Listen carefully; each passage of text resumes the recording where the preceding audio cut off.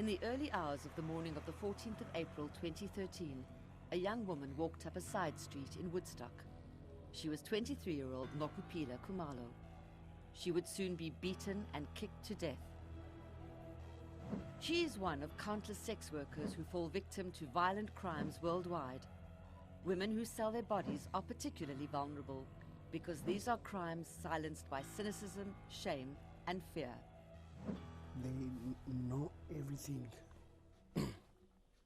but they are scared to talk because they also gonna get killed. My child didn't deserve to die like that. They are exposed, they're on the streets, there's a sense of vulnerability. They have to be hypervigilant, they have to look out for police harassment and then a car pulling up and not knowing what's going to happen. They're the front line. The shadowy streets frequented by sex workers are far removed from the rarefied spaces occupied by celebrities and the cultural elite. This is the world of artist Wilethu Mthethwa. Born in KwaZulu-Natal, Mthethwa is renowned for his monumental photographs and paintings of people struggling on the fringes of mainstream society. There would be the township scene, the working class, the inventiveness of the recent city immigrant and conquering adversity, and also, I suppose, retrieving dignity through decoration.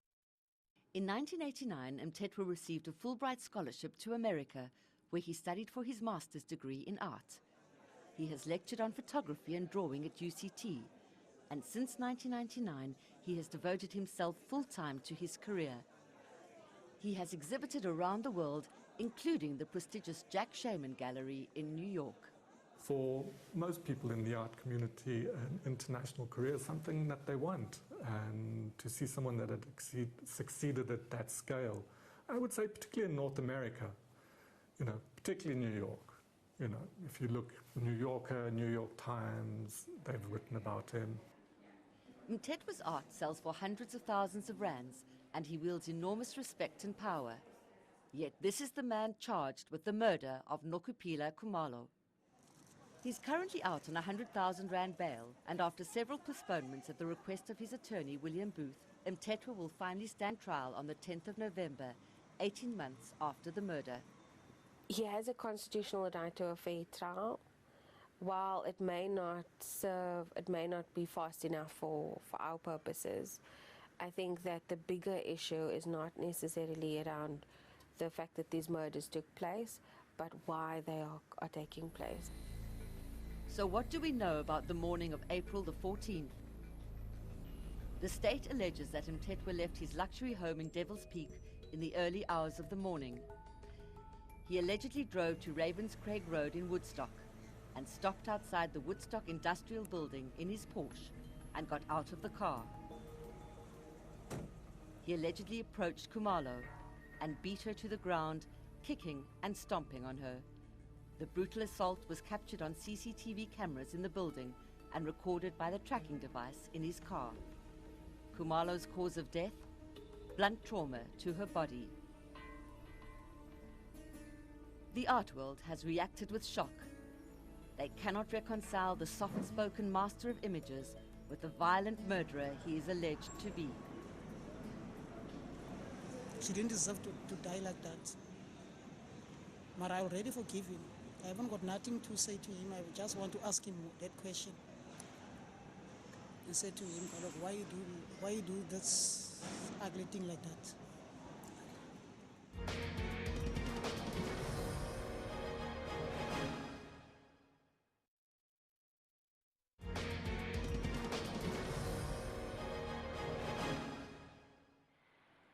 The Tollgate Industrial Centre in Upper Ravenscraig Road in Woodstock is the murder scene where Nokupila was punched and kicked to death. The crime was captured on these CCTV cameras outside the building. There were also eyewitnesses, and rumours about the motive are rife. What I heard, it's that Ndombi, he went to that guy, he was his client. The guy was Ndombi's client. for sex working, I understand.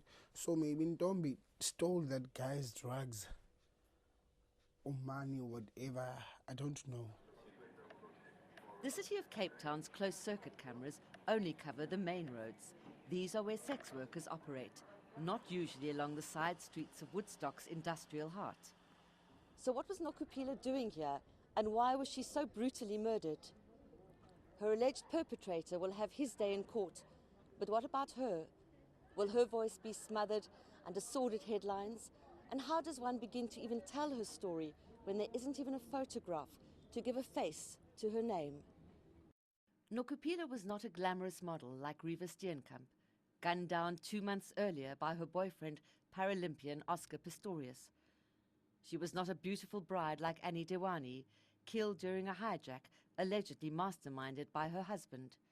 If you have a sex worker who has been murdered and it's a headline, the collective consciousness, I believe, of the community is, oh, well, she's a sex worker, she deserves it. After all, she's a slut. 2 months after her murder, on the 5th of June, Nokupila Moody Kumalo, also known as Ntombi, was laid to rest at the West End Cemetery in Kimberley. Even in her simple funeral program, there is no photograph of Ntombi. All we know is that she was born in Kimberley on the 11th of February, 1991. The 11th February, I born in Ntombi. Mandela was coming out like in the morning. She was hiding all in Kimberley. She was the only girl among 3 brothers. Her father was a prison warder from Eastern Cape. But he abandoned her mother, who was 19 at the time, and she left Kimberley for Cape Town. Ntombi was 7 when she joined her mother and her mother's new boyfriend in Gugulethu.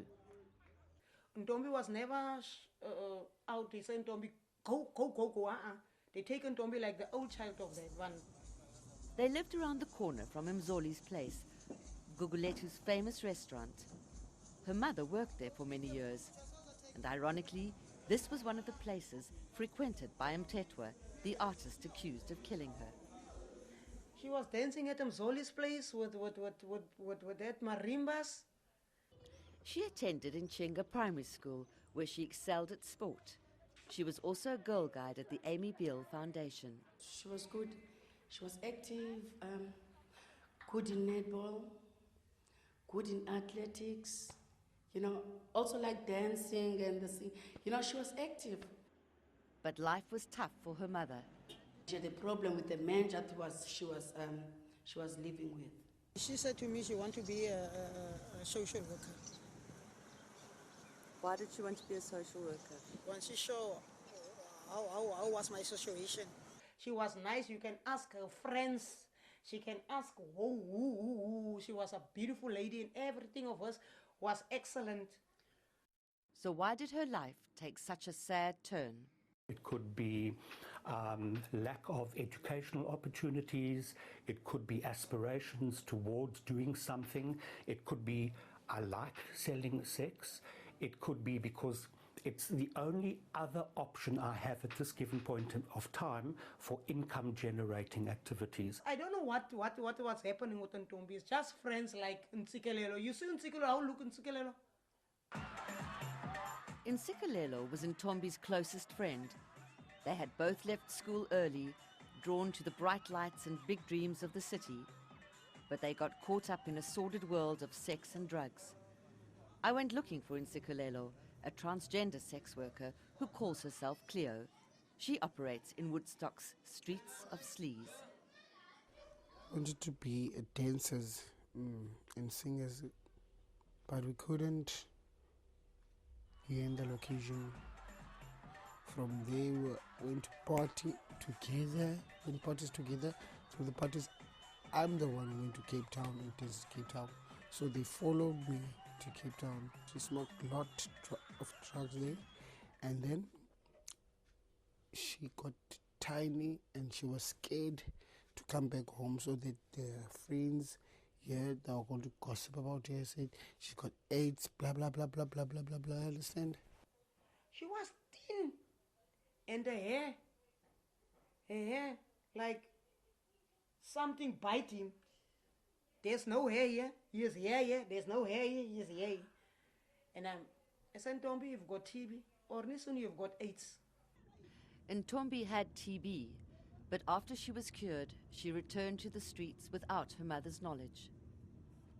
Her mom didn't know, and her mom was worried because she didn't know where she was.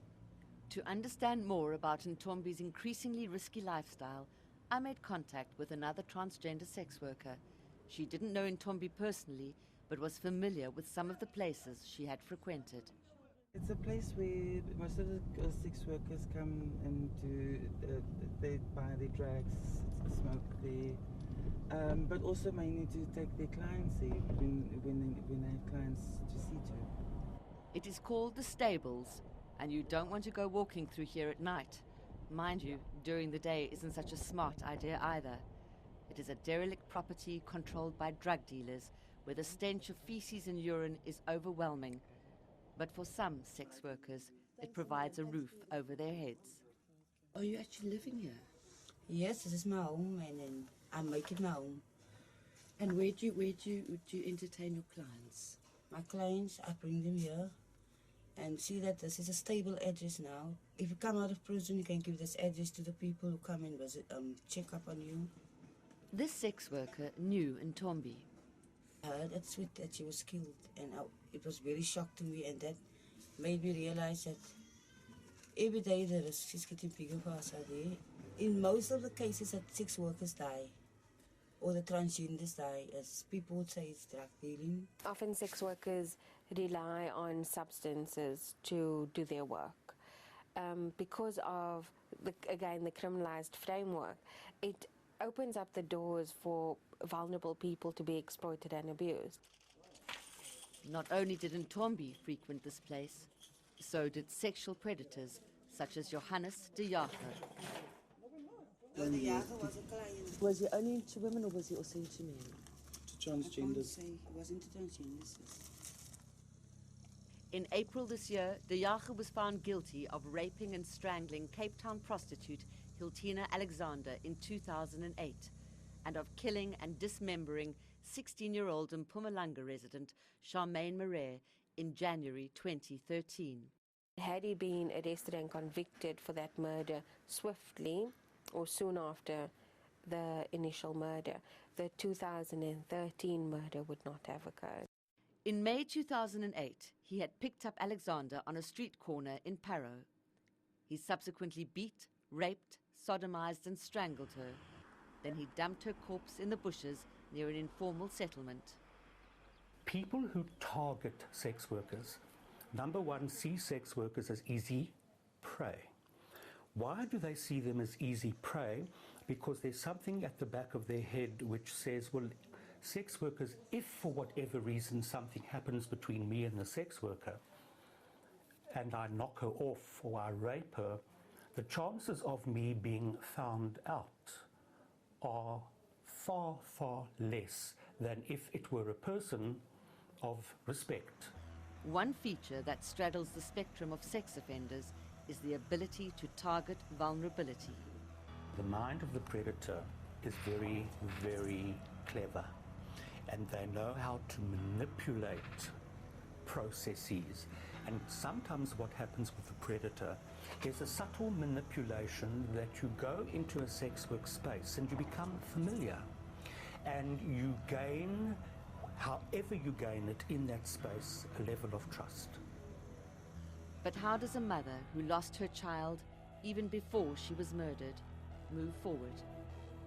Mtetwa gonna rot in jail or whatever she gonna do, but I give him to God. I forgive him. I give him to God.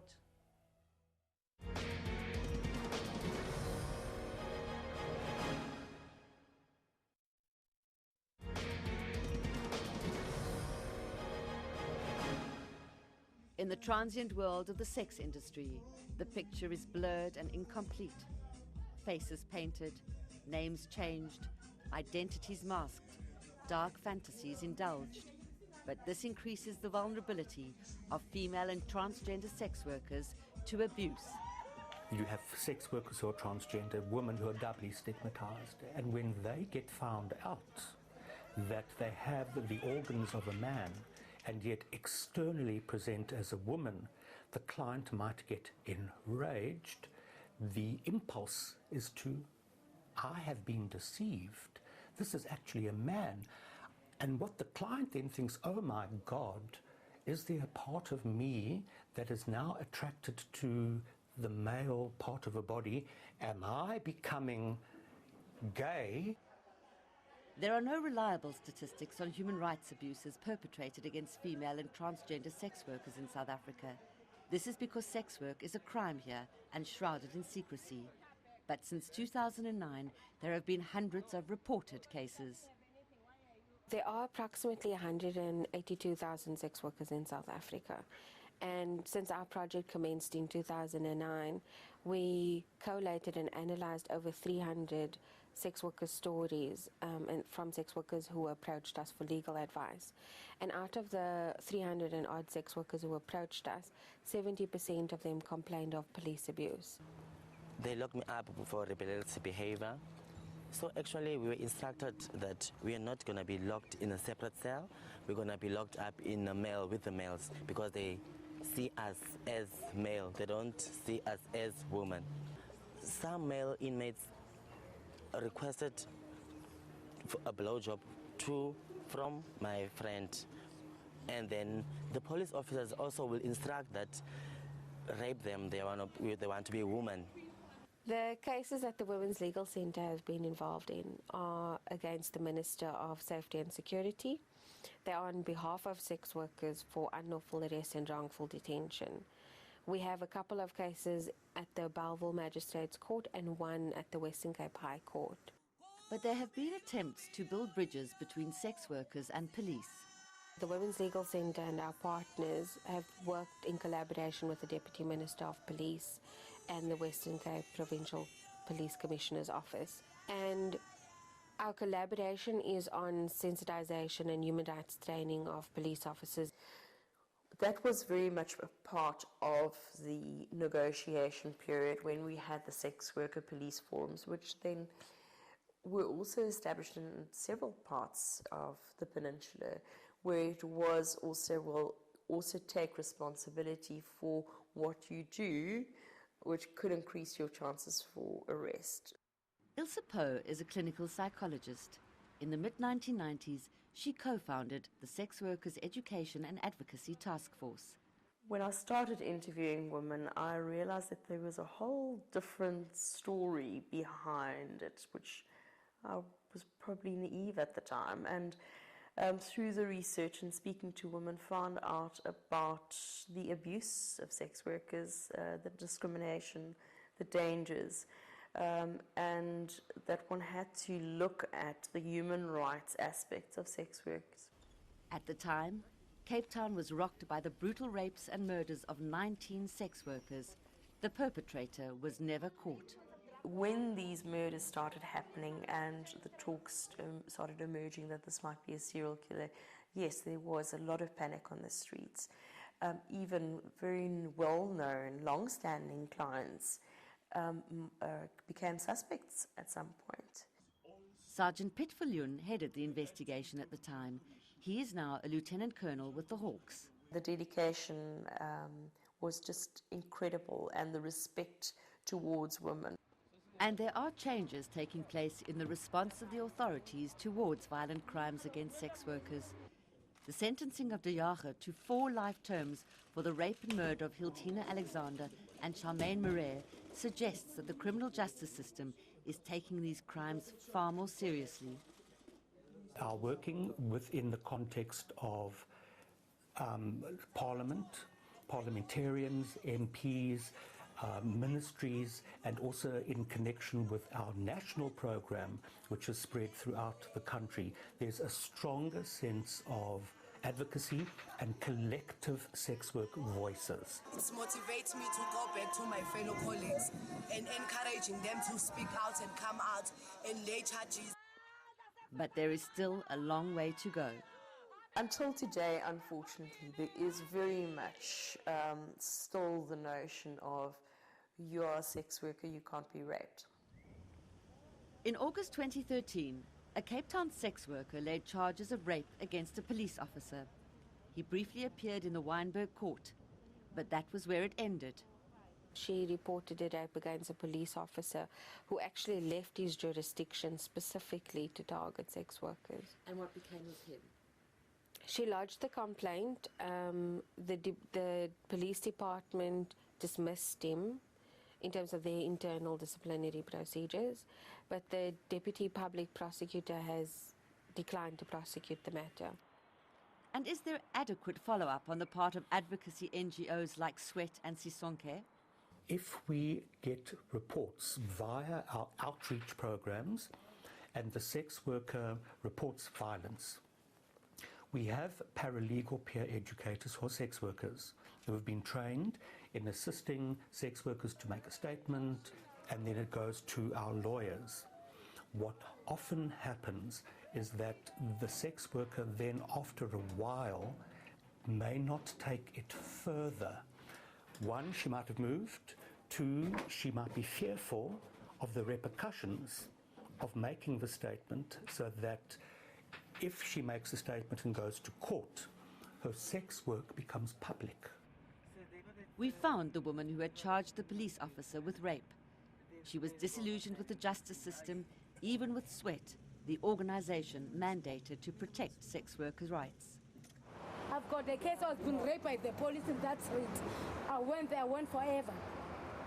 But the police was dismissed at work, but it didn't get it justice. Nothing. She was beaten up, she was stabbed. They've never came. We don't even have condoms, eh?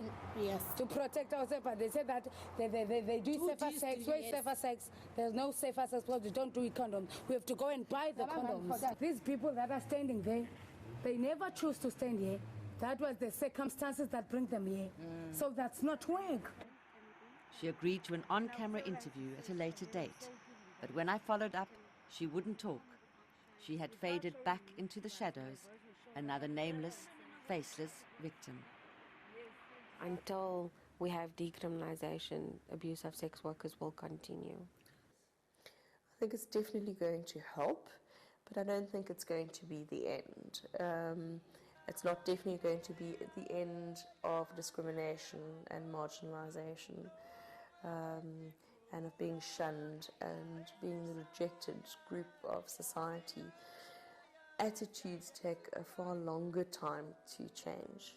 Ntombi's story, like those of so many sex workers, resembles the narratives painted and photographed by Mtetwa, the artist charged with her murder. Pictures of faces on the fringes, sometimes reflecting defiance, sometimes dignity, and always the desire for something better. What did Ntombi look like? She was very beautiful girl. She looked like Sammy.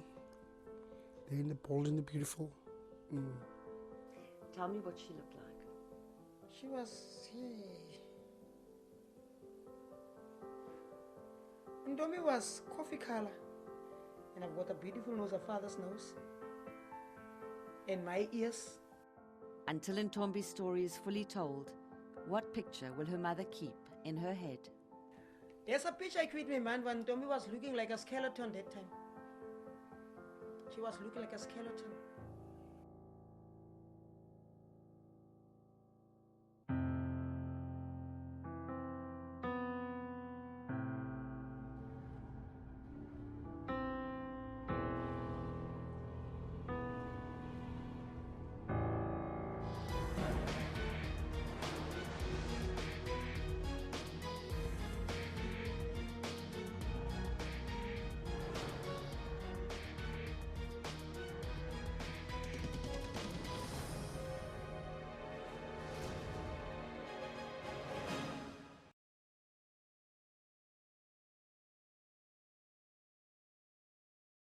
How does a mother